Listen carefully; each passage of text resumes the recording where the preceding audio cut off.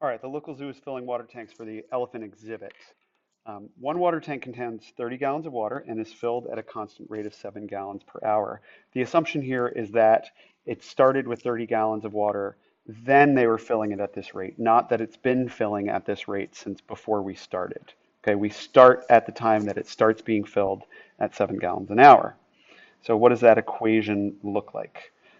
Well, we can write an equation that says, um, it says let y equal the number of gallons in the tank. So we can say y, the number of gallons in the tank, is equal to, and it says let x equal, oops, sorry, let x equal the number of hours the tanks are filling. Okay, let x equal the number of hours the tanks are filling. So we can then say y equals, let me go back to my original color here, y equals, um, it's filling at a rate of 7 per hour. So we say 7 gallons per hour times the number of hours will tell how much is getting added, and add to that 30 gallons of water that was already in there. Okay. And then the other equation, the second tank of water, holds 18 gallons of water and is filled at a constant rate of 4 gallons an hour. So we say for that one, we've got y is equal to 4 gallons an hour times the number of hours, x, plus 18. And when will the two tanks have the same amount of water? Okay, well, they're both equal to y, so we can set them equal to each other.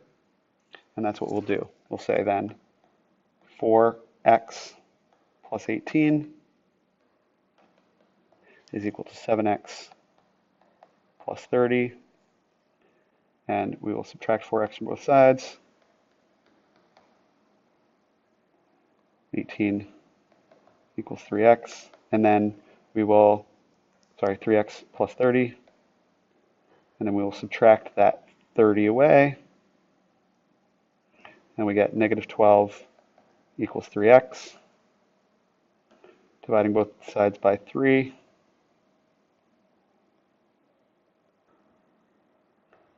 We get x is equal to negative 4. And this presents a problem because we can't, in a word problem, you really need to think about it.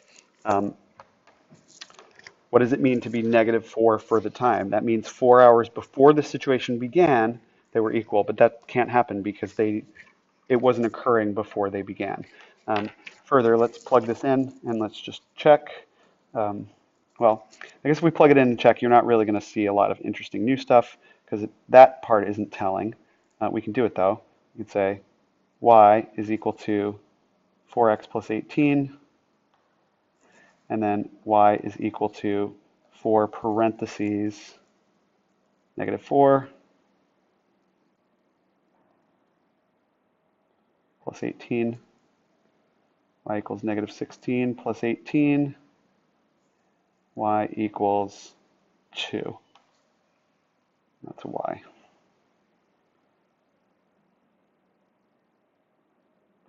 So you then get as a set of coordinates, we can describe those as, negative 4, comma 2.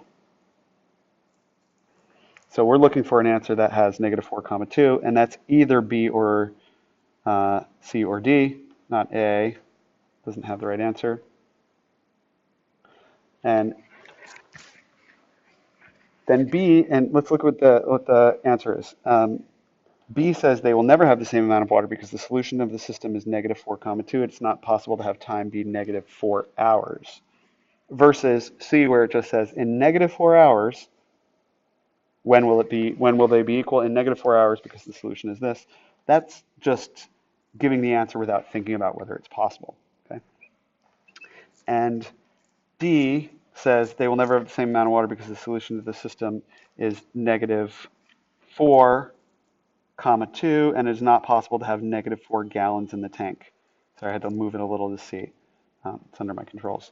Well, negative 4, the x variable, is not the amount of water in the tank. So yes, it's true that you can't have negative 4 gallons in the tank, but that's not what -4 stands for. -4 stands for -4 hours.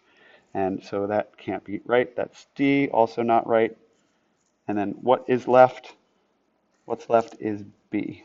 It is B, because the answer, the solution that we found is -4, 2, and then it'll never have the same amount of water because the solution of the system is -4, 2, and it's not possible to have time be -4 hours. The tanks didn't start filling until time 0, so 4 hours earlier than that didn't mean that they were starting being filled at that rate earlier than 0. So